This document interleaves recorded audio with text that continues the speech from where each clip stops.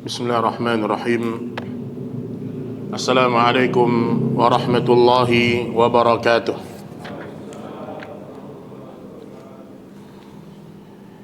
Innal hamdalillah nahmaduhu wa nasta'inuhu wa nastaghfiruh wa na'udzu billahi min shururi anfusina wa sayyiati a'malina.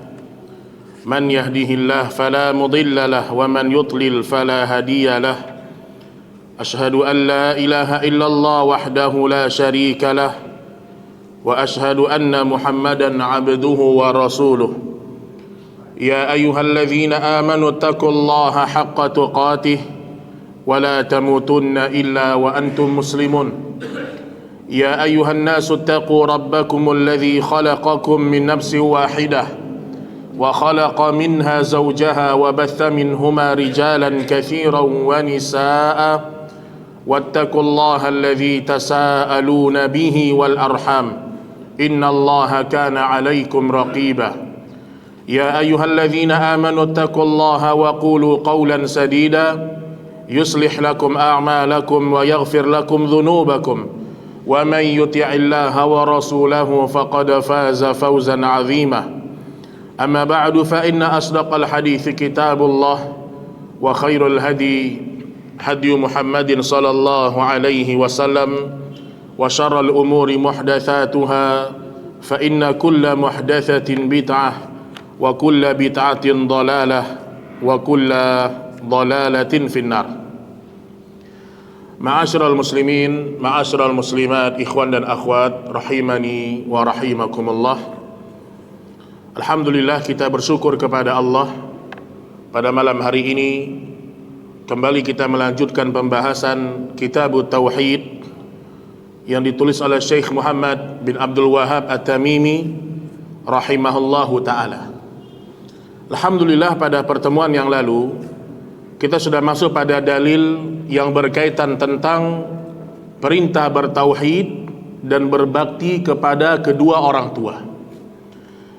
Pada pertemuan malam ini kita masuk pada dalil yang berikutnya, masih pada bab yang sama, yaitu tentang 10 wasiat Allah tabaraka wa ta'ala yang Allah perintahkan kepada Nabi sallallahu alaihi wasallam untuk disampaikan kepada umat dan diamalkan di tengah-tengah kehidupan manusia. Ada 10 wasiat dari Allah tabaraka wa ta'ala. Baik Bapak Ibu yang dirahmati Allah subhanahu wa ta'ala, 10 wasiat itu disebutkan di dalam surah Al-An'am ayat 151 sampai 153. Jadi kalau kita urutkan, ini dalil yang keempat dari muqaddimah Kitab Tauhid dalam kitab ini insyaallah ta'ala. Al-An'am 151 sampai 153. Allah subhanahu wa ta'ala berfirman, saya bacakan firman Allah subhanahu wa ta'ala. A'udzu billahi minasy syaithanir rajim. قل تعالوا أتل ما حرم ربكم عليكم ألا تشركوا به شيئا وبالوالدين إحسانا ولا تقتلوا أولادكم من إملاق نحن نرزقكم وإياهم ولا تقربوا الفواحش ما ظهر منها وما بطن ولا تقتلوا النفس التي حرم الله إلا بالحق ذلكم وصاكم به لعلكم تعقلون. Ini ayat yang 151. Allah subhanahu wa ta'ala berfirman, Qul, katakanlah ya Muhammad. Kalimat qul, kata para ulama dalam mensyarah ayat ini, menunjukkan perintah. Perintah, Pak. Qul, katakanlah ya Muhammad. Apa maknanya, Pak? Tidak ada satupun perintah yang disampaikan oleh Nabi Muhammad alaihi salatu wassalam kepada kita kecuali itu atas dasar perintah Allah. Ingat itu, Pak. Apa yang Nabi perintahkan sama kita, apa yang Nabi larang untuk kita lakukan, itu murni bukan karangannya Rasul sallallahu alaihi wasallam. Ini perintah Allah. Kalau saja Nabi diperintahkan oleh Allah menyampaikan wasiat, Nabi tidak disuruh oleh Allah mengarang-ngarang syariat, apalagi orang selain Nabi sallallahu alaihi wasallam. Maka kalimat qul menunjukkan kata perintah agar Nabi menyampaikan kepada umat manusia wasiat-wasiat yang datang dari Allah Subhanahu wa taala. Disebutkan ta'alau atlu ma harrama rabbukum alaikum alla tusyriku bihi syai'a. Ta'alau maksudnya adalah marilah aku bacakan apa yang diharamkan atas kamu oleh Rabbmu. Lihat ya, ma harramallah, ma harrama rabbukum alaikum. Katakanlah ya Muhammad kepada umat manusia apa yang telah diharamkan oleh Rabbmu. Berarti tugas menghalalkan, mengharamkan bukan tugas Nabi Muhammad sallallahu alaihi wasallam. Bukan tugas Nabi, Pak. Yang berhak mengatakan halal, haram ini siapa? Allah. Sekarang kita mengatakan zina itu haram, kenapa? Karena Allah yang mengatakan haram. Taunya dari mana, Pak? Dari Al-Quran. Karena kalimat hanya Allah yang berhak menghalalkan, hanya Allah yang berhak mengharamkan, sebagian orang ini jadi kalimat pembelaan untuk tidak mentaati Allah, Pak. Contoh, ada orang mengatakan, kenapa kita nggak boleh pakai jimat? Emangnya haram? Kita bilang haram. Terus kata mereka apa? Yang berhak mengharamkan hanya Allah. Padahal maksud kita mengatakan jimat haram karena Allah yang telah mengharamkan dalam Al-Quran. Jadi ingat bahwasanya yang berhak mengatakan halal haram itu hanya Allah Subhanahu wa ta'ala. Dan semua tentang halal haram telah disampaikan oleh Rasulullah sallallahu alaihi wasallam dan tidak tersisa satu pun. Itu Islam, Pak.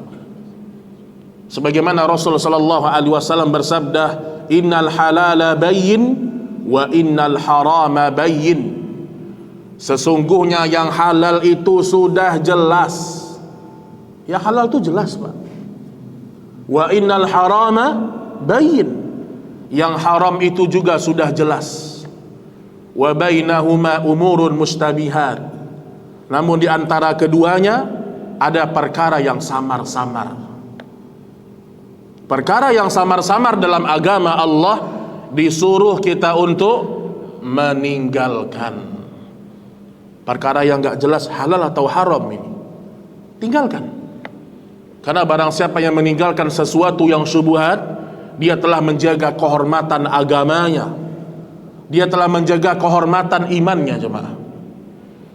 Maka ini sebagai awal dari permulaan yang diturunkan oleh Allah kepada Rasul sallallahu alaihi wasallam bahwa Allah yang berhak mengharamkan. Wasiat yang pertama, Allah Subhanahu wa taala berfirman, alla tusyriku bihi syai'a. Kita baca dulu semua wasiatnya. Yang pertama, janganlah engkau berbuat syirik kepada Allah. Yang kedua, wabil walidaini ihsana. Berbaktilah kepada kedua orang tua dengan sebaik-baiknya bakti. Yang ketiga, wala taqtulu auladakum min imlaq. Janganlah kalian bunuh anak-anak kalian karena takut miskin, takut kelaparan, takut nanti anaknya susah makan, akhirnya nggak mau punya anak. Bahkan di masa jahiliyah dulu kalau lahir seorang anak maka dibunuh kalau dia anak perempuan. Allah sebutkan, jangan pernah kalian bunuh anak-anak kalian karena takut miskin. Itu yang ketiga. Yang keempat, wala taqrabul fawahisha ma dhahara minha wa ma batan. Dan janganlah kamu mendekati perbuatan-perbuatan keji, baik yang nampak di antaranya maupun yang tersembunyi. Allah tidak mengatakan jangan melakukan perbuatan keji, enggak. Allah pakai kalimat wala taqrabu. Jangan dekati yang namanya perbuatan keji yang terlihat maupun yang tidak terlihat. Didekati enggak boleh, Pak. Berarti apa saja perbuatan yang keji yang kita tahu itu dosa dan maksiat, kita dilarang untuk melangkah ke sana. Kalau kita tahu itu perbuatan dosa, kita dilarang untuk memandang ke sana. Kalau kita tahu itu perbuatan maksiat, kita dilarang untuk mengambil ke arah sana. Disuruh sama Allah, Pak. Jangan dekati. Kemudian wala taqtulun nafsal lati harramallahu illa bil haqq. Dan janganlah kamu membunuh jiwa seseorang yang diharamkan oleh Allah kecuali dengan hak. Ingat Bapak Ibu, Nabi SAW pernah mengatakan, hancurnya semua dunia ini itu lebih ringan di sisi Allah daripada tertumpahnya darah seorang mukmin. Ini kehormatan darah seorang muslim. Bahkan disebutkan hancurnya bangunan Ka'bah itu lebih ringan di sisi Allah daripada kematian, tertumpahnya darah seorang mukmin. Kalau kita sudah berjumpa dengan seorang mukmin, seorang muslim, kita nggak boleh tumpahkan darahnya, Pak. Nggak boleh. Maka dalam Islam tidak ada memberontak kepada pemimpin, nggak ada. Imam Ahmad rahimahullahu taala, ketika beliau dalam penjara, Bapak Ibu, beliau dalam penjara dalam waktu yang lama. Kenapa di penjara, Pak? Karena dipaksa untuk mengatakan Al-Quran itu adalah makhluk. Imam Ahmad bertahan, Al-Quran kalamullah. Karena kalau dikatakan makhluk, berarti bisa dirubah-rubah. Yang namanya makhluk penuh dengan kekurangan. Imam Ahmad kekeh, Al-Quran kalamullah, gak mau fatwa yang lain. Akhirnya disiksa, Pak. Dipukul dengan cambukan yang kalau dipukulkan kepada onta itu tumbang. Pernah lihat, Pak?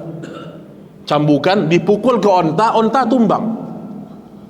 Itu cambukan yang diberikan kepada Imam Ahmad. Dan disebutkan, Bapak Ibu, sampai tulang belakang Imam Ahmad ini semuanya hancur, Pak. Tulang rusuknya hancur. Orang-orang mengatakan, wahai Imam Ahmad, fatwakan kepada kami agar kami menentang pemimpin yang zalim ini. Fatwakan kepada kami agar kami memberontak kepada penguasa yang zalim ini. Lihat, Pak, ulama beda, Pak. Ulama biarlah dia disiksa, yang penting tidak tertumpah darahnya kaum muslimin. Kata Imam Ahmad, Adam, darahnya kaum muslimin mahal, darahnya kaum muslimin dihormati. Maksudnya apa? Kalau Imam Ahmad menyuruh mereka memberontak kepada penguasa, muridnya Imam Ahmad banyak, akan terjadi yang namanya pertumpahan darah, Pak. Dan Imam Ahmad gak mau tertumpah darah seorang muslim. Ini karena di antara wasiat Allah Subhanahu wa taala, kita tidak boleh membunuh seorang muslim tanpa hak. Itu wasiat dari Allah tabaraka wa taala. Dzalikum wasaqum bihi la'allakum ta'qilun. Itulah wasiat-wasiat yang aku berikan kepada kalian, mudah-mudahan kalian menjadi orang yang berakal.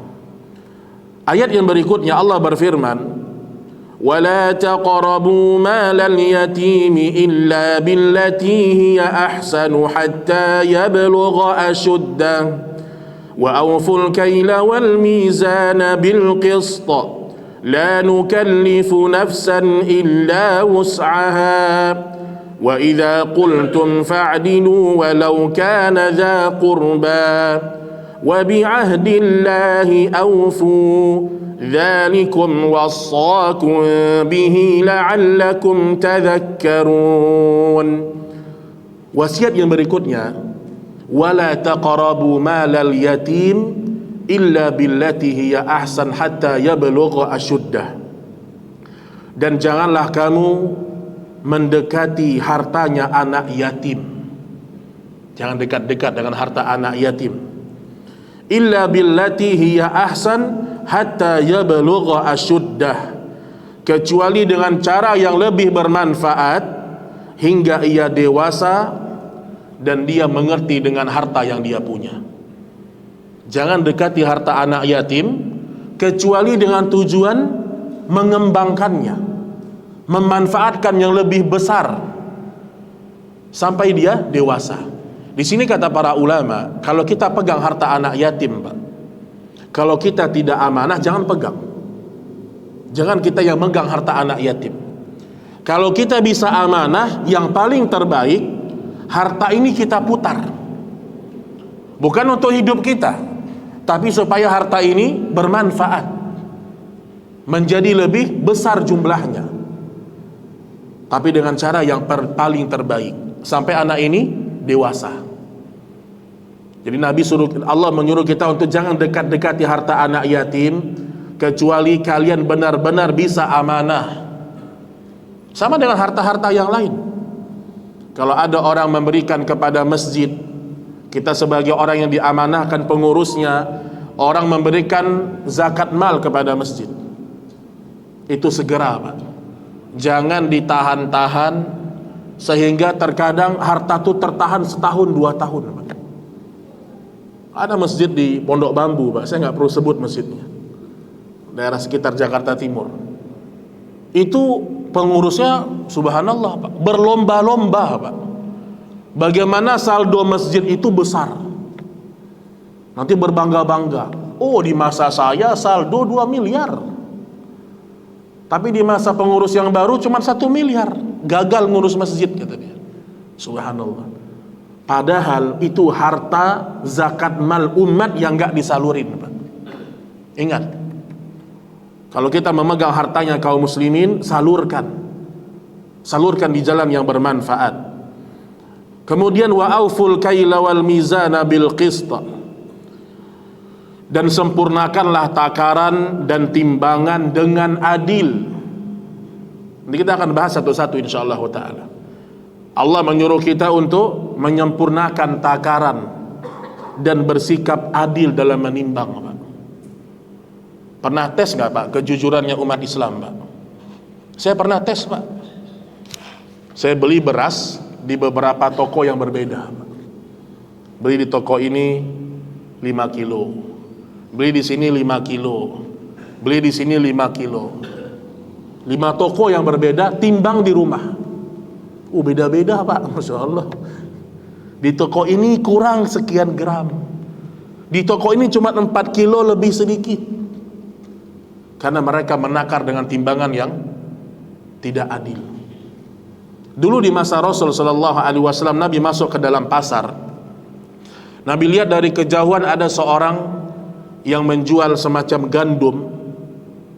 Kemudian Nabi mendekat kepada dia, Nabi masukkan tangannya ke dalam. Ternyata bagian atasnya Masya Allah, Pak, bagian atas itu rapi, berkualitas. Waktu Nabi masukkan tangannya ke dalam, ternyata dalamnya busuk semua. Ini nggak boleh. Kita bermuamalah kepada siapapun, kepada muslim, kepada kafir, tetap adil, Pak. Sering saya ulang-ulang dalam setiap majelis. Sama orang kafir bukan berkasih sayang. Sama orang kafir bersikap baik dan bersikap adil. Itu 2 hal yang beda, Pak. Kalau kasih sayang urusan hati, Pak, gak boleh. Tapi kita harus bersikap baik sama mereka. Dan kita disuruh oleh Allah tetap adil kepada mereka. Jangan nanti kalau bisnis sama orang muslim kita jujur. Kalau bisnis sama orang kafir, wah ini penduduk neraka jahanam itu. Ditipu aja deh, nggak boleh. Sama. Antum hutang sama seorang muslim, wajib bayar. Kita hutang dengan orang kafir, wajib bayar. Sama dua-duanya. Maka ingat, masalah timbangan ini ada pertanyaannya besok di hari kiamat, dan itu adalah wasiat Allah Subhanahu wa taala. Wa idza qultum fa'dilu walau kana dza qurba. Dan kata Allah Subhanahu wa taala, kami tidak memikulkan beban kepada seseorang melainkan sekedar kesanggupannya. Dan apabila kamu berkata, maka hendaklah kamu berkata adil, kendati pun ia adalah kerabatmu. Nih, kalau kita berkata, berkatalah yang adil. Kalau kita disuruh bersaksi dalam sebuah kasus persaksian, maka bersaksilah dengan jujur. Jangan karena saudara kita yang bermasalah, keluarga kita yang bermasalah, kita berdusta. Allah suruh bersikap jujur, ngomong jujur dalam setiap masalah, walaupun konsekuensinya ada orang-orang yang kita cinta akan mendapatkan mudarat. Nabi Shallallahu Alaihi Wasallam, Pak, ketika menjelaskan tentang hukum qisas kepada manusia, yang mencuri dipotong tangan dan seterusnya, maka Nabi tegaskan, kalau seandainya Fatimah binti Muhammad saraqat, kalau seandainya Fatimah anaknya Muhammad mencuri, laqata'tu yadaha, sungguh aku akan potong tangannya. Nabi ngomong nih dengan keadilan. Dan Nabi kalau sudah ngomong, seandainya terjadi, maka benar-benar Nabi akan memotong tangannya Fatimah radhiyallahu taala anha. Jadi adil, Pak, adil. Kemudian disebutkan wa bi ahdillahi aufu, dan hendaklah kamu berlaku adil dan penuhilah janji Allah. Dzalikum wasaqum bihi la'allakum tadhakkarun. Itulah wasiat Allah Subhanahu wa taala agar kamu selalu ingat. Wa anna hadza sirati mustaqiman fattabi'uh, ayat 153. Dan sesungguhnya ini adalah jalanku yang lurus, dan ikutilah. Ingat Bapak Ibu, jalan menuju surga hanya satu. Jalan menuju Allah hanya satu. Jalan untuk mendapatkan ridha Allah hanya satu. Nggak kayak istilah orang, Pak. Ada banyak jalan kemana, Pak? Menuju kemana? Roma. Ke surga enggak, Pak? Kalau ada banyak jalan menuju ke Roma, ke dalam surga hanya satu jalan. Yang tidak mau menempuhnya tidak akan sampai ke surga. Dan kebenaran hanya satu, bukan dua, bukan tiga. Wa anna hadza sirati mustaqiman fattabi'uh. Nabi sallallahu alaihi wasallam menyebutkan, inilah jalanku satu yang lurus, ikutilah. Di sini ada pembahasan manhaj yang sangat penting. Allah menyuruh kita untuk mengikuti Nabi Muhammad alaihi salatu wassalam, bukan mengikuti selain beliau. Kita ini beragama, Pak, bukan ikut ustaz, bukan ikut guru kita, bukan ikut fatwa ulama, bukan ikut mazhab ini mazhab itu, enggak. Kita disuruh oleh Allah mengikuti Rasul sallallahu alaihi wasallam. Karena kalau kita katakan harus mengikuti mazhab, alangkah banyaknya mazhab itu yang keliru.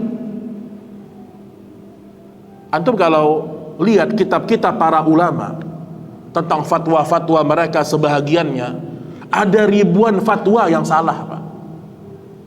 Dan ulama tidak maksum.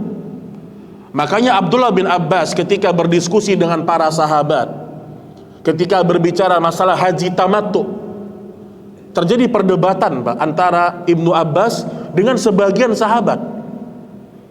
Ibnu Abbas sampaikan dalil, hadis-hadis Rasul disampaikan. Ada sahabat yang lain bantah ucapannya Ibnu Abbas dengan mengatakan, ya Ibnu Abbas, tapi Abu Bakar mengatakan begini, Umar mengatakan begini. Kata Abdullah bin Abbas, hampir saja turun hujan batu kepada kalian. Aku menyampaikan hadis Nabi yang sahih di hadapan kalian, kalian mau bantah dengan ucapan Abu Bakar dan Umar. Maksudnya apa? Ucapannya Abu Bakar, ucapannya Umar radhiyallahu anhuma, kalau menyimpang dari sunnah Nabi nggak boleh diterima. Dan para sahabat, mereka orang-orang yang tidak pernah menyimpang dari sunnah Nabi. Andaikan menyimpang, nggak boleh diikuti. Lihat Pak, begitu beragama Pak. Kalaulah ucapannya Abu Bakar saja tidak boleh mengalahkan hadis Nabi, tidak boleh mengalahkan ayat-ayat Allah, apalagi ucapan Ustadz kita 2023. Masya Allah. Iman kita ini Pak, ilmu kita dibandingkan dengan ilmunya sahabat sekuku pun gak ada Pak. Makanya aneh itu, kalau kita sudah sampaikan ayat Al-Quran, sampaikan hadisnya, ini dilarang Allah, kata dia apa? Tapi ada ulama yang membolehkan Ustaz. Subhanallah Pak. Antum kalau ingin lihat, ada nggak ulama yang menghalalkan khamar Pak? Ada. Sebagian ulama mengatakan khamar itu kalau bukan dari anggur dia tidak haram. Sebagian lagi mengatakan kalau dia cuma sedikit tidak haram, dan masalah-masalah yang lain. Makanya kita sebagai seorang penuntut ilmu disuruh kembali kepada dalil, kepada ayat-ayat Al-Quran dan sunnah Nabi Sallallahu Alaihi Wasallam. Disebutkan pada ayat 153, wala tattabi'us subul fatafarraqa bikum an sabilih dzalikum wasaqum bihi la'allakum tattaqun. Dan jangan kalian mengikuti subul. Yang belajar bahasa Arab tahu nih, apa arti subul? Jalan-jalan, jalan yang sangat banyak. Kata Nabi, jangan ikuti jalan-jalan yang sangat banyak. Fatafarraqa bikum an sabilih, kalian akan tercerai-berai dari jalannya Allah Subhanahu wa ta'ala. Allah nyuruh kita untuk jangan ikuti jalan yang banyak, ikuti jalan yang satu. Dzalikum wasaqum bihi la'allakum tattaqun. Itulah wasiat Allah kepada kalian agar kalian menjadi orang-orang yang takut dan bertakwa kepada Allah Subhanahu wa ta'ala. Baik, qala Ibnu Mas'ud radhiyallahu ta'ala anhu, berkata Abdullah bin Mas'ud, man arada an yanzura ila wasiyati Muhammadin sallallahu alaihi wasallam allati 'alaiha khatamahu falyaqra. Kata Ibnu Mas'ud, barang siapa yang ingin melihat wasiat Muhammad sallallahu alaihi wasallam yang di atasnya terdapat cincin stempelnya, maka hendaklah dia membaca firman Allah yang tadi, Al-An'am 151 sampai 153. Baik, ma'asyiral muslimin rahimani wa rahimakumullah, kita akan bahas secara ringkas, kalau tidak bisa semuanya mungkin sebahagiannya dulu, tentang 10 wasiat ini. Yang pertama adalah Allah sebutkan alla tusyriku bihi syai'a. Janganlah kalian melakukan kesyirikan kepada Allah Subhanahu wa ta'ala. Jadi dari 10 wasiat ini, ada 10 wasiat. Urutan yang pertama apa? Syirik. Berarti kesyirikan dosa yang paling besar, dosa yang paling menjijikkan, dosa yang paling dimurkai Allah, kesyirikan. Walaupun pelakunya terkadang dihormati di kalangan manusia. Jadi kadang-kadang Pak, pelaku kesyirikan itu dia nggak ganggu orang Pak. Sama anak yatim dia baik, kemudian dia bantu orang-orang susah, tetapi dia mengganggu haknya Allah, dia mengambil haknya Allah. Ada sebuah kisah sebelum diutusnya Nabi Shallallahu Alaihi Wasallam, seorang yang bernama Amr bin Luhai al-Khuzai. Siapa ini Pak? Amr bin Luhai ini siapa Pak? Tokoh masyarakat Mekah, disegani, dihormati, dikenal sebagai orang dermawan. Amr bin Luhai ini Pak. Dia pernah pergi ke Syam. Dilihat sama dia di Syam itu ada banyak orang sembah berhala. Dan negeri Syam pada waktu itu adalah negeri yang sangat terkenal, sering diturunkan para nabi dan para rasul. Syam. Mulai dia berlogika, di negerinya para nabi dan para rasul saja orang sembah berhala, berarti ini ibadah yang bagus ini. Akhirnya dia minta dihadiahkan berhala yang nanti diletakkan di depan Ka'bah. Kalau ditanya pribadi dia sama masyarakat Mekah, Amr bin Luhai orangnya baik, dermawan. Bahkan disebutkan kalau datang jamaah haji, maka dia adalah orang yang menyembelih ratusan onta untuk jemaah haji, Pak. Baik nggak tuh, Pak? Baik. Bahkan dia memberikan pakaian gratis kepada jemaah haji setiap tahun. Terkenal sebagai orang yang dermawan.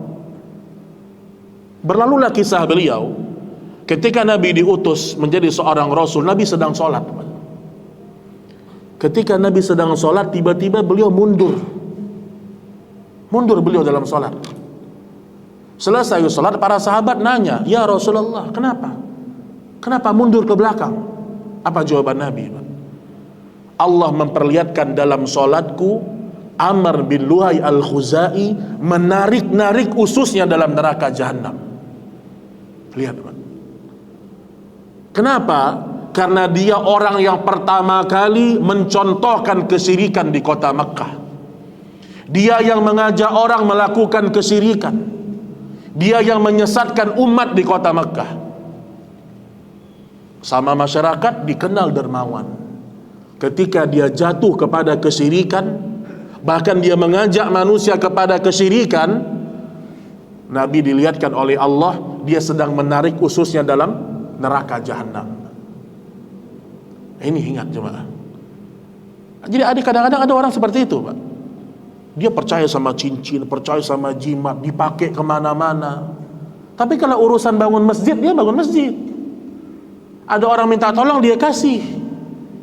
Tapi dia nggak lepas dari dosa syirik. Itulah talbis iblis, Pak, perangkap iblis.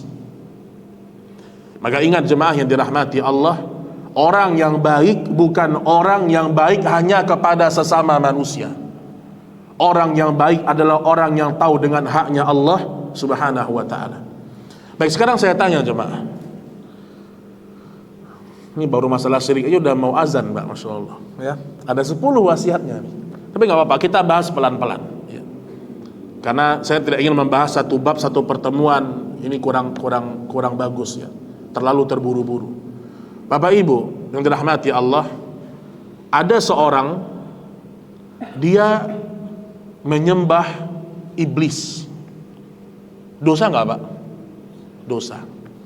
Ada lagi orang yang kedua, dia mempersekutukan Allah dengan Nabi. Dosa atau tidak? Dosa. Mana yang lebih besar dosanya, Pak? Yang satu sembah iblis, yang satu sembah Nabi. Mana lebih besar dosanya? Sama, benar. Mau dia sembah iblis, mau dia sembah malaikat, mau dia sembah habib, mau dia sembah ustadz, mau dia sembah kiai, sama dosanya. Kenapa? Yang dilihat bukan makhluknya lagi, tapi perbuatannya. Dia telah mengambil haknya Allah Subhanahu wa ta'ala. Azan? Belum. Termasuk dalam masalah kesyirikan, seorang bisa dikatakan terjatuh kepada kesyirikan kalau dia membuat-buat syariat. Contoh, Pak, yang berhak menghalalkan mengharamkan siapa? Allah. Itu wewenangnya Allah.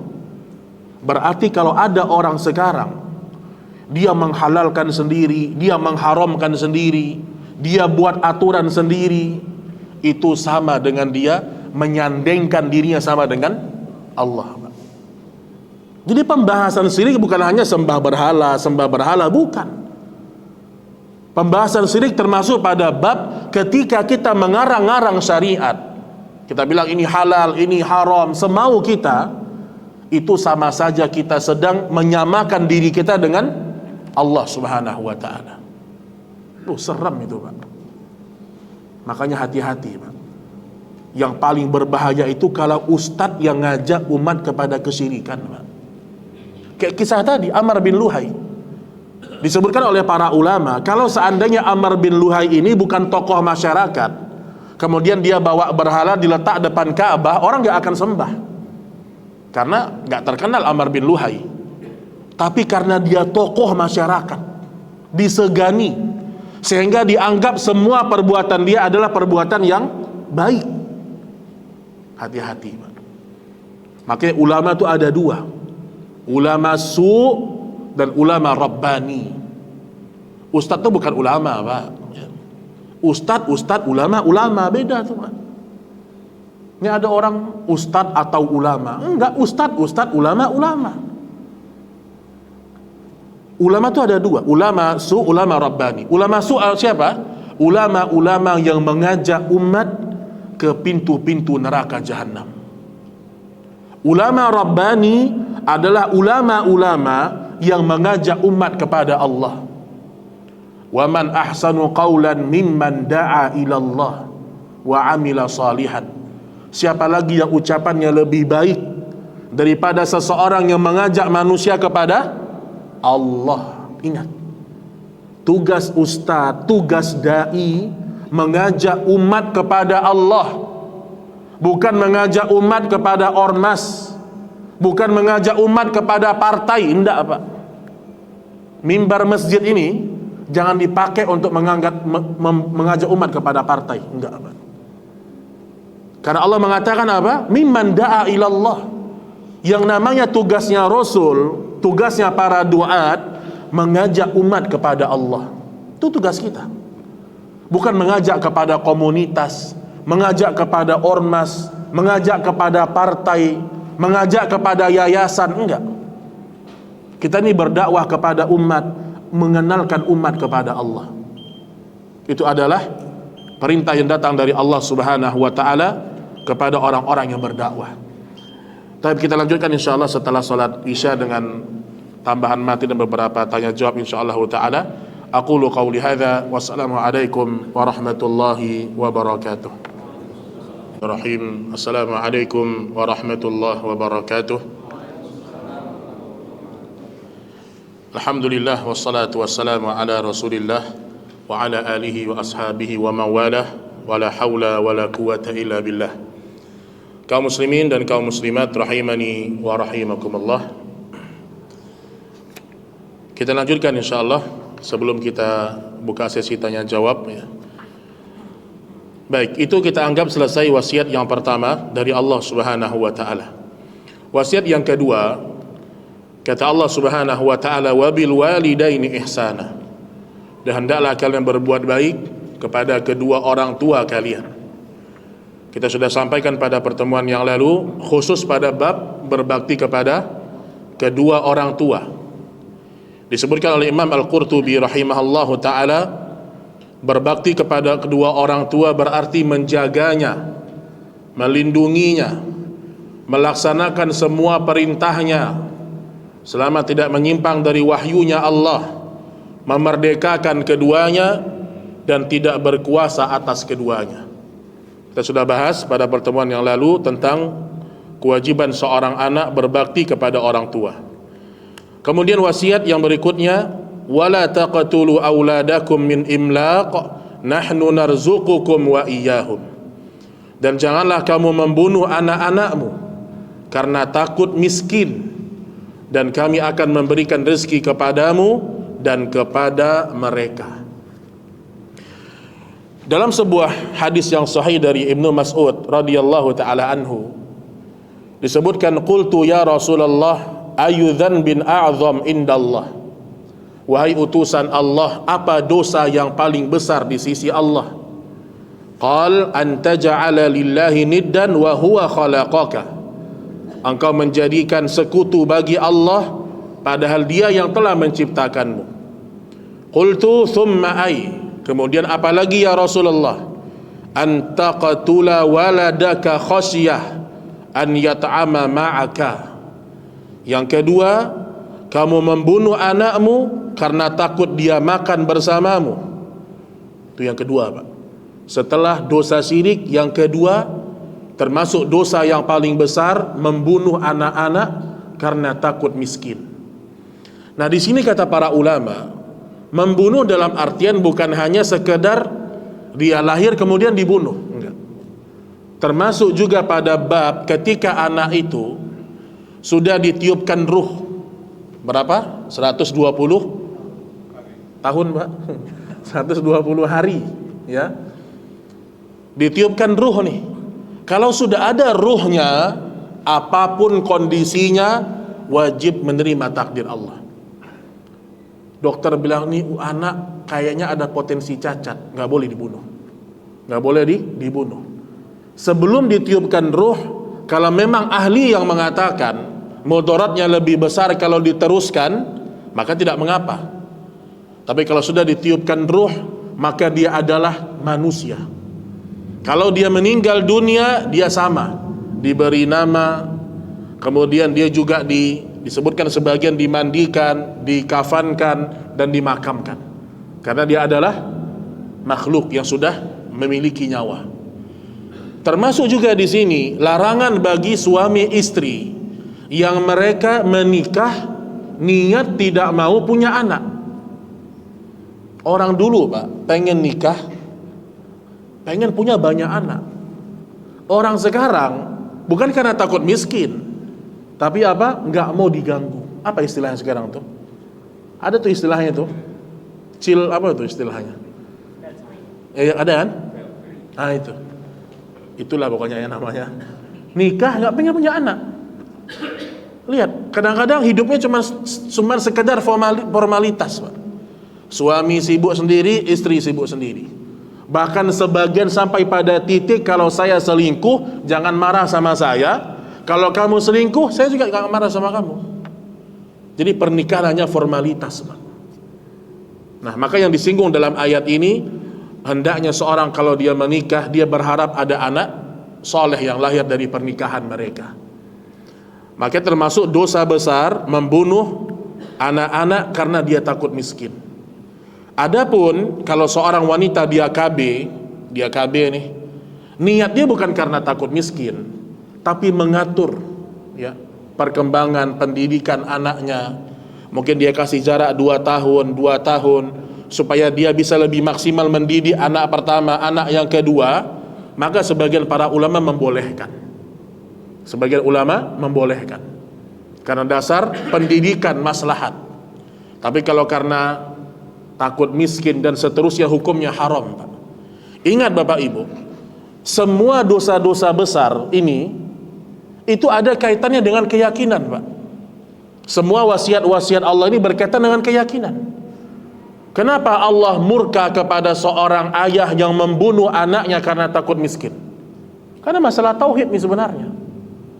Kita kalau nikah, Pak, suami bawa rezeki sendiri, istri bawa rezeki sendiri. Anak pertama lahir bawa rezeki sendiri, anak kedua lahir bawa rezeki sendiri. Makanya kata para ulama, kebanyakan kita itu baru punya harta yang banyak setelah menikah. Kecuali memang dari dulu udah kaya, itu beda cerita, Pak. Kita ini biasanya punya rumah, punya mobil, punya tabungan setelah menikah. Sebelum menikah kita kere, Pak, Masya Allah. Kecuali orang khusus ya. Setelah menikah Allah cukupkan. Antumul fuqara'u ilallah, iyakunu fuqara' yughnihumullah min fadlih. Kalau mereka berdua ini miskin, dengan pernikahan kami kayakan mereka. Jadi nggak usah kita menjadi orang-orang yang ragu. Sampai pernah ditanyakan kepada salah seorang masyayikh, wahai syekh, saya punya anak perempuan cacat. Cacatnya sampai pada titik makan disuapin, mau mandi dimandikan. Anak perempuan, Pak. Sampai anak ini udah dewasa, Syekh, dia haid, saya yang membersihkan. Boleh nggak saya minta sama Allah agar anak saya mati duluan sebelum saya? Alasannya apa, Pak? Takut kalau dia yang meninggal duluan, nggak ada yang ngurus anaknya. Tauhid bermasalah. Apa jawaban Syekh ini, Pak? Allah yang telah menjadikan anak itu dengan hikmahnya terlahir seperti itu, dan Allah juga yang akan menjaganya. Allah juga yang akan menjaganya. Makanya kita kalau sudah punya tauhid, Bapak Ibu, nanti bahasan tauhid ini luas, Pak. Bukan hanya berhenti di masalah syirik, termasuk minta-minta sama orang tuh tauhid bermasalah tuh, Pak. Suka minta sama orang tuh bermasalah. Sedikit-sedikit donasi itu juga bermasalah tuh, Pak. Masalah di tauhid. Sedikit-sedikit merasa tidak punya harta, merasa fakir, merasa hidup susah, itu bermasalah semua di tauhid. Makanya Bapak Ibu yang dirahmati Allah, wasiat Allah Subhanahu wa taala itu menekankan kepada kita agar tauhid kita ini kuat. Kemudian disebutkan thumma apalagi dosa yang lebih besar setelah membunuh, antuzani bijalilati jarik, engkau berzina dengan istri tetanggamu. Itu lebih besar dosanya, Pak. Berzina dengan orang yang jauh, dosa besar. Berzina dengan istri tetangga, itu dosa yang lebih besar. Karena tetangga itu punya hak, Pak. Dalam fikih disebutkan, bahasan-bahasan fikih, kalau kita pengen punya rumah, tawarkan dulu tetangga kita, Pak. Kita pengen jual barang, tetangga lebih berhak mendapatkan tawaran yang pertama. Tawarkan kepada mereka. Bahkan di masa para salaf dulu, orang kalau pengen pindah rumah, yang dicari bukan luas bangunan, Pak. Dicari siapa tetangga saya. Walaupun di Jakarta, Masya Allah, Pak, kita 3 tahun gak tahu siapa tetangga kita, Pak. Hidup satu apartemen gak tahu juga siapa tetangga kita. Makanya sampai disebutkan oleh malaikat Jibril tentang masalah tetangga ini, kata Nabi sallallahu alaihi wasallam, mazala Jibril yusini bil jari hatta ghanantu annahu sayuwarrithuh. Malaikat Jibril terus mengingatkan aku berbuat baik sama tetangga, sampai aku mengira tetangga itu dapat warisan. Sampai segitunya, Pak. Sampai segitunya. Baik, ma'asyiral muslimin rahimani wa rahimakumullah. Itu dia wasiat Allah yang berikutnya, dilarang untuk membunuh anak-anak karena takut miskin. Kemudian wala taqrabul fawahisha ma dhahara minha wa ma batan, dan janganlah kamu mendekati perbuatan-perbuatan keji, baik yang nampak maupun yang tersembunyi. Disebutkan oleh Ibnu Atiyah, larangan umum terhadap semua perbuatan keji dan maksiat, baik yang kelihatan atau yang tidak kelihatan. Maksudnya apa, Pak? Ada maksiat yang terlihat, ada maksiat yang hanya kita dan Allah yang tahu. Berarti ini amalan hati. Ada orang berzina terlihat dosa besar, berjudi terlihat dosa besar. Tapi ada amalan dosa yang tidak terlihat, amalan hati, Pak. Dendam, benci sama orang, iri, itu dosa yang tidak terlihat. Makanya Syekh Muhammad bin Abdul Wahab, antum saya lihat ada jadwal usul thalathah ya dengan ustaz kita yang lain. Di situ disebutkan dalam bahasan usul thalathah anwa'ul ibadat. Di antara jenis-jenis ibadah yang Syekh Muhammad bin Abdul Wahab sebutkan bukan sholat, zakat, puasa, bukan. Tapi disebutkan jenis-jenis ibadah dari amalan hati. Takut, taubat, ikhlas, tawakal, mahabbah, roja, khauf, rasa takut, rasa harap, itu semua amalan hati. Dan ada orang yang bisa selamat dengan amalan hati, Pak. Baik, mungkin saya tutup dengan satu kisah ya. Kita lanjutkan pada pertemuan berikutnya dengan wasiat-wasiat yang tersisa. Amalan hati ini penting, jemaah. Karena kalau hati kita kuat dalam beramal, maka yang keluar lebih bagus lagi. Ada seorang di masa Bani Israel disebutkan, dia berwasiat kepada keluarganya, besok kalau aku meninggal, dia sebagai seorang ayah nih, besok kalau ayah meninggal, Nabi menceritakan, tolong bakar jasad saya, bakar, kemudian nanti abunya lempar ke gunung-gunung yang jauh, bukit-bukit yang jauh. Sebagian dilempar di lembah ini, sebagian di lembah itu. Lakukan itu kalau aku meninggal. Meninggal orang ini, akhirnya dibakar sama anaknya, dilempar abu-abunya, Pak. Kata Nabi, orang ini besok dibangkitkan di hari kiamat. Allah tanya, lima fa'al, kenapa kamu menyuruh keluargamu membakar dirimu? Apa kata dia, Pak? Makhafatan laka ya Rabb, aku takut berjumpa dengan engkau ya Allah. Apa jawaban dia? Aku takut berjumpa dengan engkau ya Allah. Kemudian Allah maafkan dosanya, Allah masukkan dia ke dalam surga. Apa amalannya, Pak? Rasa takut, walaupun perbuatannya salah. Cuman nanti jangan pula dicontoh ini ya. Besok kalau ayah meninggal, bakar ayah, jangan, Pak. Ini generasi dulu. Ya, zaman-zaman Bani Israel dulu, Nabi menceritakan pentingnya amalan hati. Kenapa Allah maafkan dia? Karena dalam hatinya ada rasa takut berjumpa dengan Allah, tapi ilmunya nggak sampai. Perbuatan dia salah, iya, tapi masih ada dalam hatinya, saya takut jumpa dengan Allah. Mudah-mudahan dengan cara saya dibakar, saya tidak berjumpa dengan Allah di hari kiamat. Saya takut. Rasa takut yang kuat ini membuat dia masuk ke dalam surga. Dan rasa takut itu adalah bagian dari tauhid kepada Allah Subhanahu wa ta'ala. Maka Bapak Ibu yang dirahmati Allah, hindari semua dosa yang terlihat maupun yang tidak terlihat. Dan jangan pernah merasa sendirian. Kata Ibnu Qayyim rahimahullahu ta'ala, orang yang merasa dirinya sendirian, disitulah syaitan akan menggoda dan merusak amal solehnya. Kita nggak pernah sendirian, Pak. Ada malaikat yang mencatat, melihat, dan seterusnya. Dan perbaiki semua niat kita dalam beribadah. Luruskan niat. Antum hadir di majelis ilmu seperti ini, saya lihat jadwalnya, Masya Allah ya, banyak pengajian-pengajian di masjid ini. Luruskan niat.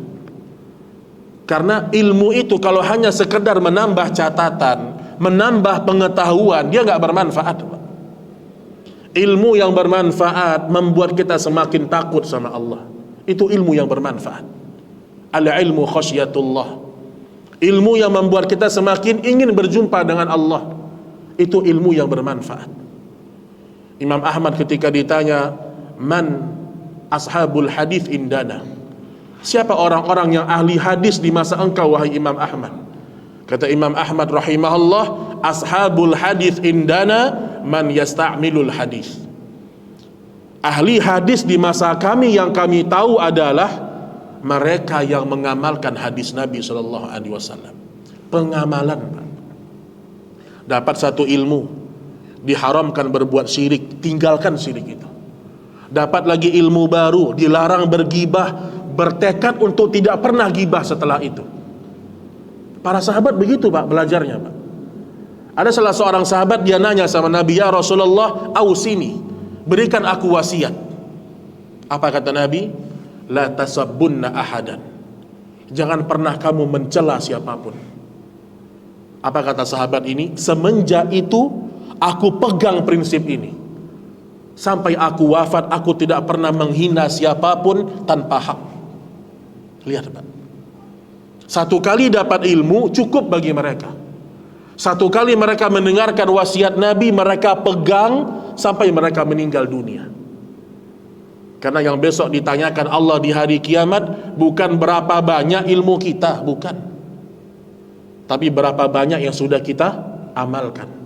Fa unabbiukum bima kuntum ta'malun, bukan ta'lamun.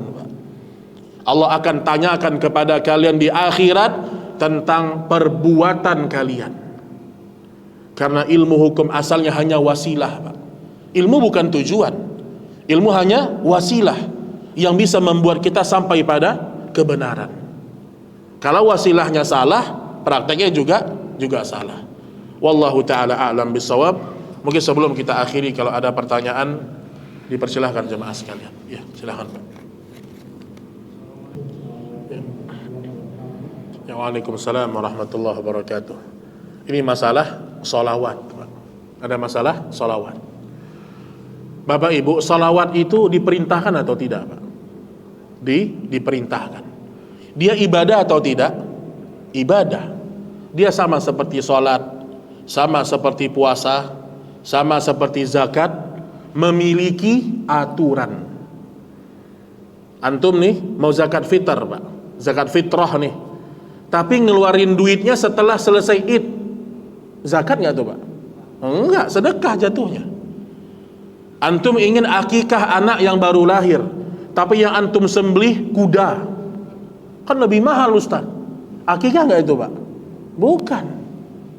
Antum ingin berangkat haji, tapi berangkatnya bukan di bulan haji. Itu haji atau enggak? Bukan. Oh, sekarang ada, Pak, umroh plus wukuf di Arafah, Pak. Oh, ini sesat ini, Pak. Antum lihat jemaah khusus Indonesia, jemaah umroh Indonesia.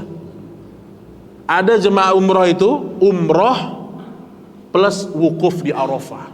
Nanti pergi ke Arafah, inilah haji kecil, ini haji kecil, nangis-nangis. Ini gak pernah diajarkan Nabi SAW. Sama seperti salawat, Pak. Salawat itu ibadah. Lafaznya, kaifiyatnya, semua sudah ada dari Nabi. Baik, pertama, ketika turun perintah bersalawat kepada Nabi SAW, disebutkan dalam surah Al-Ahzab ayat 56 ya. Innallaha wa malaikatahu yusalluna 'alan nabi ya ayyuhalladzina amanu sallu 'alaihi wa sallimu taslima. Kita disuruh bersalawat. Ketika turun perintah salawat, semua sahabat tidak ada satupun berani mengarang-ngarang salawat. Ada Abu Bakar, Pak. Abu Bakarnya orang Arab, jemaah. Kalau dia mau karang salawat, lebih canggih daripada salawat orang Indonesia, Pak. Dia pengen karang salawat nih. Dia buat salawat yang Masya Allah, panjang, menyentuh hati. Bisa atau tidak? Bisa. Umar bin Khattab juga demikian. Umar sebelum dia masuk Islam terkenal khutbahnya luar biasa, syair-syairnya luar biasa. Tapi tidak ada satupun dari mereka yang berani mengarang-ngarang salawat. Mereka datang kepada Nabi mengatakan, ya Rasulullah, telah turun perintah bersalawat, kaifa nusalli alaik, bagaimana cara kami bersalawat kepadamu. Maka diajarkan oleh Nabi, kalau kita lihat hadis-hadis yang ada kurang lebih 8 jenis salawat yang lafaznya sahih.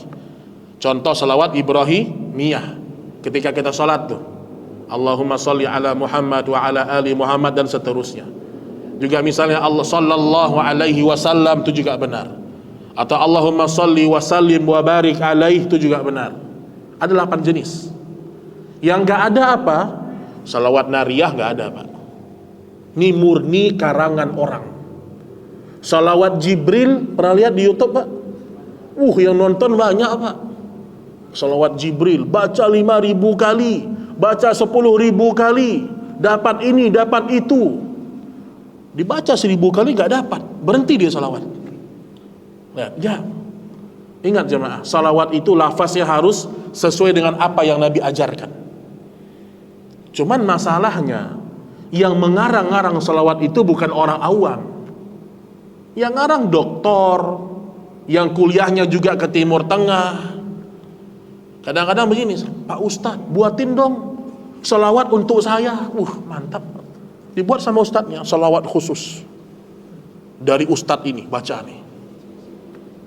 Saya pernah jemaah nanya, Ustadz, saya dapat musibah, kasih saya amalan Ustadz, kasih saya doa Ustadz, kalau saya baca doa itu bisa menghindari saya dari musibah, saya mendapatkan kebaikan dunia. Saya kasih, Pak, doa, Pak. Saya baca nih, Bu. Rabbana atina fid dunya hasanah. Apa kata dia? Gak mantap doanya. Pengennya yang lain, Pak.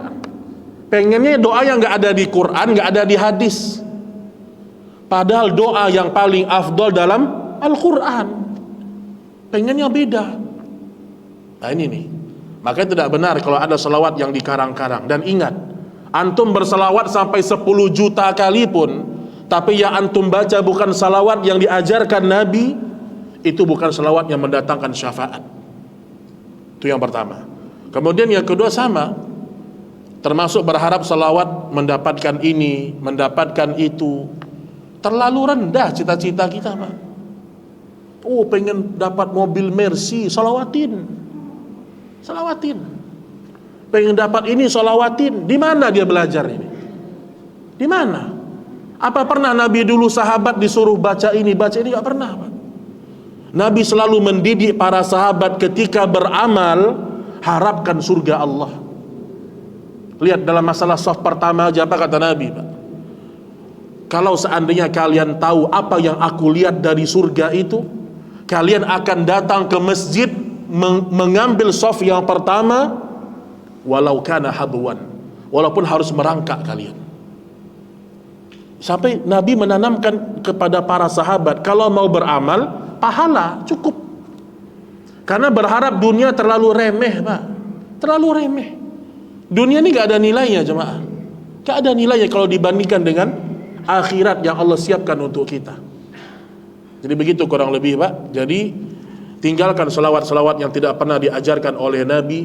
Kita cukup apa yang diajarkan oleh Nabi Sallallahu Alaihi Wasallam. Ya. Oh ya, sama ya.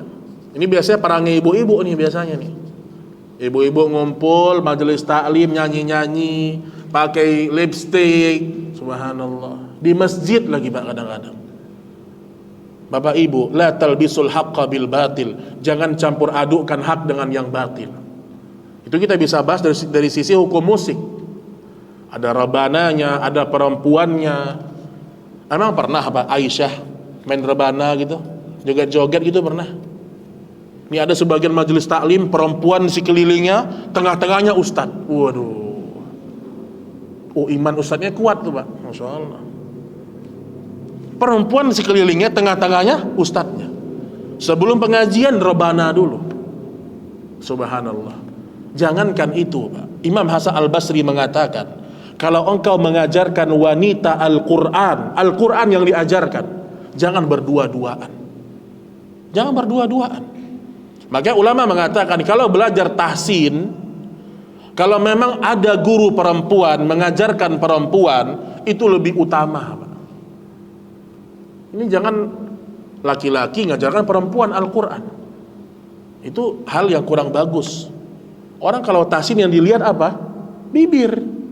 Emang gak terfitnah dia? Oh, dia ustadznya hebat. Oh, ustadz hebat betul iman ustadz ini, Pak. Enggak. Makanya dulu para sahabiat, mereka menjaga kehormatan diri, Pak. Termasuk gak ada rebana, gak ada dinyanyi-nyanyikan, semua dinyanyikan. Antum lihat ya, ibadah umroh pun Indonesia paling rame, Masya Allah. Saya pernah bawa jemaah umroh tuh, Pak. Hampir rutin saya bawa. Saya bilang dari awal, ini kita ibadah bukan seru-seruan, saya bilang. Ketika kita tawaf, kita sa'i, kita tenang, khusyuk, berdoa dalam hati, lafazkan dengan suara yang kecil, cukup. Akhirnya mungkin ada sebagian yang mungkin gak ngerti dan seterusnya lah. Akhirnya ketika rombongan kita jalan, ada sebelah rombongan dari mana? Indonesia, Pak. Salatullah, salamullah, keras-keras, Pak. Tawaf tuh. Kata jemaah saya, Ustadz, mereka kok seru ya ibadahnya? Oh, ibadah ini bukan seru-seru. Ibadah ini khusyuk. Dan ingat, ibadah umroh itu sebenarnya masing-masing. Dikasih tahu doa 1 kali, 2 kali cukup. Sama juga seperti ibadah tadi. Bersalawat itu mulia, Pak. Tapi kalau caranya salah, dia tidak diterima Allah Subhanahu wa ta'ala. Cuman nanti kalau kita bahas gini ada yang komplain tuh, ustadznya gak suka salawat nih katanya. Itu fitnahnya itu, Pak. Kita gak melarang orang salawat. Salawat itu mulia, Pak. Tapi kalau caranya salah, itu tidak akan sampai kepada Allah Subhanahu wa ta'ala. Wallahu ta'ala a'lam bis-shawab.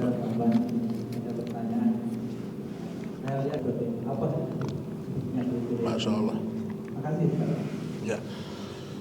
Baik, Bapak Ibu, ya. Pertama masalah mencium tangan, ya. Memang di sini para ulama merincikan, ya. Kalau kita berjumpa dengan orang yang tua, dia alim, berilmu, ya kalau kita cium sesekali, tidak ada masalah, ya. Tapi bukan berlebih-lebihan sampai menganggap nih tangannya ada berkah, enggak. Kalau kita nggak cium lebih bagus, itu lebih bagus. Karena sadzun lidzari'ah, untuk membentengi diri dari gulu, berlebih-lebihan. Jadi jumpa sama ustaz, salam biasa aja, nggak ada pula sambutan pakai rebana. Kadang-kadang kalau kiainya masuk, ustadznya masuk, sejadah khusus nih, nggak ada, Pak. Makanya Muaz bin Jabal, Pak, sebelum saya jawab, ketika dia baru masuk Islam, dia jumpa sama Nabi, langsung dia sujud, Pak. Oh, diangkat sama Nabi. Apa kata Nabi? Kenapa kamu lakukan ini? Apa kata Muaz? Orang-orang Yahudi dan Nasrani, ya Rasulullah, mereka kalau jumpa dengan pendeta mereka sujud, ruku, dan mereka salah. Engkau lebih berhak untuk kami hormati. Tapi Nabi tetap melarang, Pak. Karena sebab awal terjadinya kesyirikan karena berlebih-lebihan terhadap orang soleh. Jadi kalau kita mencium tangan, ya, kalau sekedar kita cium orang tua kita, ayah kita, nggak ada masalah. Kita wajib untuk melakukan adab yang mulia kepada orang tua. Tapi kalau kepada ustadz kita, guru kita, ya salam biasa aja. Nggak perlu ruku, nggak perlu sujud, haram, Pak. Haram hukumnya, ruku sama manusia haram, nggak boleh. Apalagi sujud. Maka itu yang pertama, ya, lebih baik dihindarin, ya, cium tangan ini. Apalagi sampai berebutan, Pak. Apalagi kadang-kadang yang ngajarkan juga ustadznya. Cium tangan saya. Mau masuk surga, cium nih, cium. Astagfirullah, Pak. Apa pernah Nabi begitu dulu, Pak? Apa pernah Abu Bakar dulu kayak gitu, Pak? Dalam masalah ini saja, gak ada sahabat yang memberikan tangannya, gak ada, Pak. Apalagi sampai sekarang kaki dicium, Pak. Ada orang cium kaki ibunya, dia cuci, dia minum airnya, itu syirik atau tidak? Syirik. Itu kaki ibu, Pak. Ini kaki kiai, kaki ustad, nggak ada. Itu semua hal-hal yang bisa mengantarkan kepada sikap berlebih-lebihan, Pak. Termasuk dalam masalah pujian. Kita nggak boleh memuji guru kita berlebihan, dan bahkan nggak usah dipuji. Jangan biasakan muji orang di hadapan dia, itu mencelakai dia, Pak. Pernah Nabi mengatakan, la tatruni kama atratan nasara Isa bin Maryam. Jangan kalian puji aku sehingga kedudukanku seperti Isa yang sampai dianggap dia sebagai Tuhan. Kayak kita hormat kepada guru kita, tapi dengan penghormatan yang tidak berlebih-lebihan, ya. Kemudian yang kedua, berkaitan dengan masalah ustadz kiai ini, ya kalau di Indonesia gampang, Pak. Pergi haji, langsung tuh jadi Pak Haji, jadi kiai itu, Pak. Nggak ada khotib Jumat, dia naik tuh. Wah, ya. Apa standarnya, ya? Kalau kita melihat, ya, pertama, orang-orang yang berhak mengajarkan ilmu syariat itu orang-orang yang jelas di mana dia belajar. Itu penting, Pak. Di mana dia belajar? Bahkan dulu di masa ulama salaf terdahulu nggak gampang orang isi pengajian, Pak. Imam Malik, kalau saya tidak salah, dia punya murid bernama Abu Yusuf. Imam Abu Hanifah punya murid bernama Abu Yusuf, Pak. Abu Yusuf ini berilmu, Pak, muridnya Imam Abu Hanifah. Tapi Abu Yusuf tidak pernah membuka majelis ilmu sampai Abu Hanifah meninggal dunia, Pak. Jadi nggak sembarangan orang di masa dulu mengisi tempat-tempat taklim. Oh, sekarang enggak, Pak. Sekarang orang mengisi taklim dari mana? Lihat di YouTube. Oh, viewernya banyak, undang. Rekomendasi YouTube sekarang, Pak.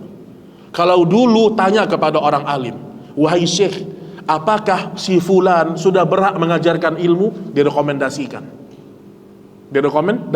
Dulu begitu, Pak. Gak mudah orang menjadi seorang dai, itu gak mudah. Nah, kalau standarnya mungkin wallahu a'lam, yang pertama jelas dia belajar di mana. Kemudian yang kedua, akidahnya jelas. Akidahnya tentang Allah jelas. Jangan kayak Ibnu Sina, Pak. Tahu Ibnu Sina? Ibnu Sina itu dikafirkan oleh Imam Ghazali. Karena Ibnu Sina mengatakan sapi kalau dia buang air kecil, Allah tidak tahu dengan perbuatan itu. Pernah dengar nama Ibnu Sina, Pak? Itu orang, bukan orang muslim itu, Pak. Itu Syiah Rafidah. Dikafirkan oleh Imam Ghazali. Karena Ibnu Sina punya keyakinan Allah tidak tahu sesuatu yang detail dari perbuatan makhluk. Anda mau tanya di sini, Allah tahu nggak Pak kalau ada tikus membuang kotorannya? Tahu nggak Allah? Tahu. Apa syubhatnya Pak? Kata Ibnu Sina, Allah maha sempurna.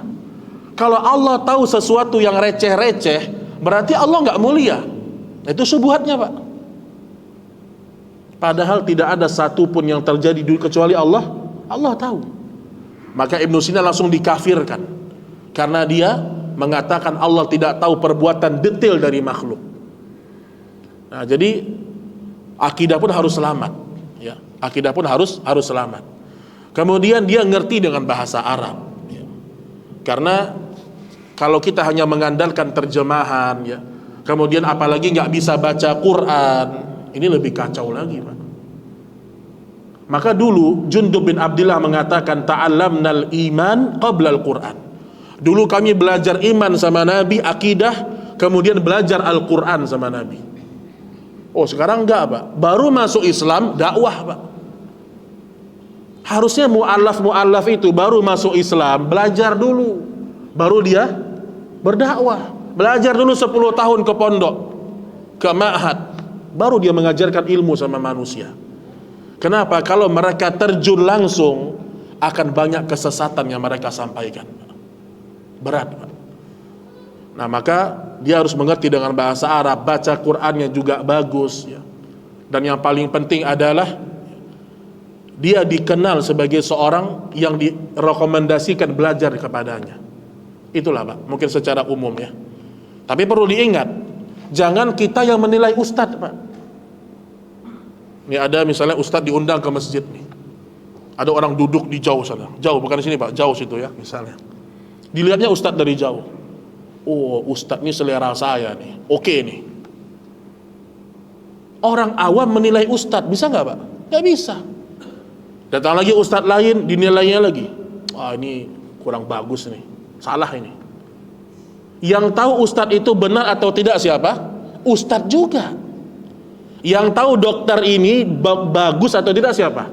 Dokter juga. Jadi perlu juga antum bertanya kepada ustadz lain tentang ustadz ini. Perlu tuh Pak. Tanyakan ustadz, si fulan bagaimana akidahnya? Bagaimana manhajnya? Bagaimana keyakinannya? Itu tanyakan. Ya, wallahu taala a'lam bishawab. Itu secara ringkas ya. Saya bisa menyampaikan ringkas ya, secara umum. Pertama berkaitan dengan ya fatwa-fatwa, rincian-rincian dalam halal haram ya. Nabi SAW ketika meninggal, beliau berpesan sebelumnya, taraktu fikum amrain, aku tinggalkan kepada kalian 2 perkara, kalian tidak akan pernah tersesat kalau berpegang kepada keduanya, kitabullah wa sunnati. Ini timbangannya Pak. Fatwa tidak ada masalah. Ada ulama dia berfatwa, dia berijtihad. Kalau ijtihadnya salah, mereka mendapatkan 1 pahala. Kalau benar, mereka mendapatkan 2 pahala. Nah, tugas kita ketika melihat fatwa ulama, tetap ini timbangannya, Al-Quran dan As-Sunnah. Nah, makanya apakah semua hukum Allah telah dirincikan? Kalau hukum dasar iya. Nah, kadang-kadang kita butuh fatwa untuk masalah-masalah yang kontemporer biasanya. Dibutuhkan fatwa masalah-masalah yang memang tidak ada nas yang sharih, tidak ada nas yang tegas menjelaskan perbuatan itu. Contoh kayak kemarin, bagaimana hukumnya sholat dengan menutup wajah, masker. Kan hukum asalnya nggak boleh. Nah bagaimana dalam kondisi darurat seterusnya misalnya. Atau dalam masalah-masalah kontemporer nih, fikih-fikih muamalat tuh banyak rincian-rinciannya. Nah terkadang ulama berfatwa di situ. Tapi ingat, fatwanya ulama itu bukanlah wahyu, bukan kayak wahyu Pak. Bisa salah, bisa benar. Imam Syafi'i punya 2 fatwa, qaulul qadim, qaulul jadid. Ucapan Syafi'i yang lama, ucapan Syafi'i yang baru. Jadi fatwa ini terkadang berubah, terkadang dia bisa berubah-berubah. Tapi wahyu itu pondasi dasar. Nah makanya semua para ulama mazhab mengatakan la yahillu li ahadin an ya'khudha biqaulina, tidak halal bagi siapapun mengambil pendapat kami kecuali mereka tahu min aina akhadnah, dari mana kami mengambil dalilnya.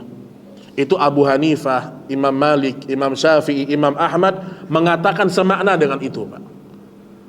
Bahkan disebutkan, kalau kalian menemukan pendapatku menyimpang dari hadis, lemparkan ke dinding pendapat kami. Jadi ulama pun mereka tidak pernah mengajak umat taklid buta, tidak pernah. Tapi umat kita ajarkan bagaimana berdalil, Pak. Bagaimana dia mengambil dalil. Nah, terkadang ada masalah-masalah yang memang ya kita serahkan kepada para ulama karena kita nggak punya ilmu.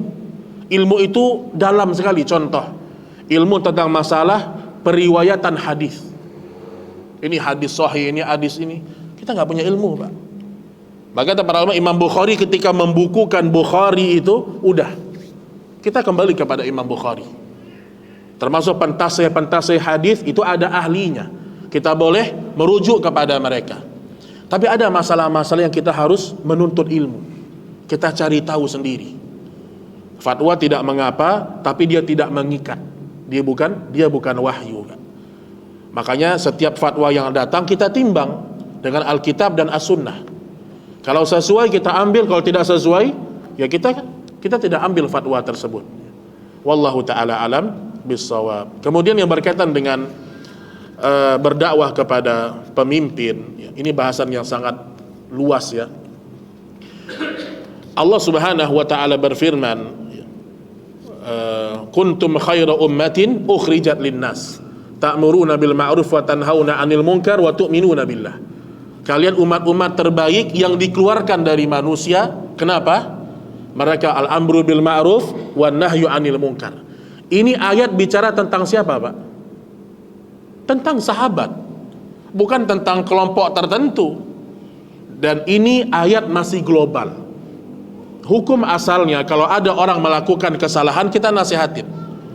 Tetapi berbeda kalau itu pemimpin, Pak. Pemimpin ada dawabitnya. Dan banyak orang-orang yang tergelincir dalam masalah ini. Ketaatan kepada pemimpin itu mutlak, jemaah. Mutlak dalam artian kalau ketaatan itu tidak menyimpang dari wahyu, kita wajib untuk taat kepada pemimpin. Sampai kata Nabi SAW, walaupun pemimpin zalim itu memukul punggung kalian dan mengambil harta kalian, dengarkan dan tetap patuh kepada mereka. Ini bahasan panjang ya. Tetap kita menasehati ya. Tetap kita menasehati.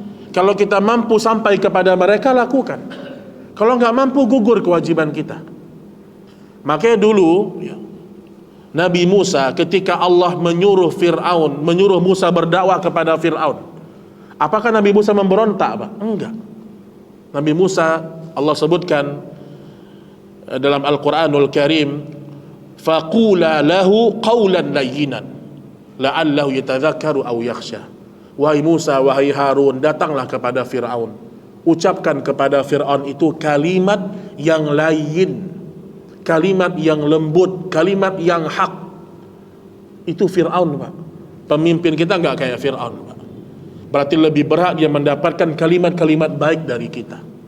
Ini pembahasan yang luas, tapi intinya kita tidak boleh berdemo, tidak boleh kita memberontak, tidak boleh kita mencela pemimpin kita terang-terangan ataupun sembunyi-sembunyi. Tugas kita adalah mendoakan, Pak. Umar bin Khattab pernah mengatakan, kalau aku punya satu doa yang pasti dikabulkan Allah, aku akan minta agar pemimpinku diberikan ketakwaan kepada Allah. Itu secara global ya. Wallahu ta'ala a'lam bissawab. Baik, cukup insyaallah. Jam 10 juga selesai nanti ini. Baik, mungkin secara ringkas nih Pak, 2. Apa makna dari qalbun salim? Qalbun salim ada beberapa tafsir para ulama. Yang pertama, qalbun salim, hati yang bertauhid. Hati yang bertauhid. Yang kedua, hati yang tidak menyimpan kesyirikan. Itu qalbun salim. Dan hal-hal yang semakna dengan ini. Yang namanya qalbun salim, hatinya selamat dari kesyirikan, selamat dari kebencian-kebencian, itu qalbun salim. Dan semua para ulama lebih sepakat menyebutkan qalbun salim berkaitan dengan keimanan, ketauhid seorang hamba kepada Allah. Bagaimana hukumnya jika tidak menikah sampai meninggal dengan alasan untuk menuntut ilmu? Oh, mana karyanya? Anda mau lihat nih. Karena ada beberapa ulama yang tidak menikah sampai meninggal. Wih, Masya Allah. Contoh Imam An-Nawawi dan Ibnu Taimiyah. Faman raghiba an sunnati falaysa minni. Barang siapa yang tidak mengikuti sunnahku, dia bukanlah dari golonganku. Bapak Ibu, ulama dulu mereka tidak menikah bukan disengaja. Ibnu Taimiyah gimana mau nikah, Pak? Bolak-balik masuk penjara terus. Bolak-balik masuk penjara dengan hikmah Allah. Tetapi lihat karyanya, Pak. Antum kalau susun Majmu' Fatawa itu semeter lebih, Pak. Hasil dari nggak menikah itu. Hasil dari tidak menikah. Kalau orang menikah niatnya supaya ada anak soleh yang mendoakan, Ibnu Taimiyah mendapatkan lebih banyak. Orang kan nikah berharap dapat doa dari anak soleh. Kita setiap baca kitab Riyadhus Shalihin, Pak, kita doakan Imam Nawawi rahimahullahu ta'ala. Jutaan orang bahas kitab itu mendoakan Imam An-Nawawi. Nah, jadi boleh nggak kita nggak nikah dengan niat menuntut ilmu? Nggak boleh ya. Karena semangat antum tidak seperti mereka. Nanti nggak nikah jatuh ke zina, Pak. Repot. Ya, nikah ini adalah sunnahnya Nabi kita Muhammad alaihi salatu wassalam. Menikahlah. Menikah dan insya Allah hidup berkah dan semangat menuntut ilmu pun tetap mudah insya Allah. Banyak teman-teman saya menikah, Pak. Kuliah ke Madinah, kuliah ke Timur Tengah, nikah. Tetap proses kuliahnya lanjut. Tetap bisa ngafalin Quran. Yang penting bisa berbagi waktu. Ini udah nggak nikah, Masya Allah. Jadi beban keluarga, karya pun nggak ada. Jadi menikahlah ya. Ulama dulu tidak menikah bukan karena disengaja, tapi karena ada uzur yang syar'i. Imam Nawawi umur 40 udah meninggal dunia, Pak. Tapi karyanya luar biasa, jemaah. Wallahu taala a'lam bissawab. Ini bisa kita sampaikan pada pertemuan ini. Wa sallallahu ala nabiyyina Muhammad subhanakallahumma wa bihamdik asyhadu an la ilaha illa anta astaghfiruka wa atubu ilaik. Wassalamu alaikum warahmatullahi wabarakatuh.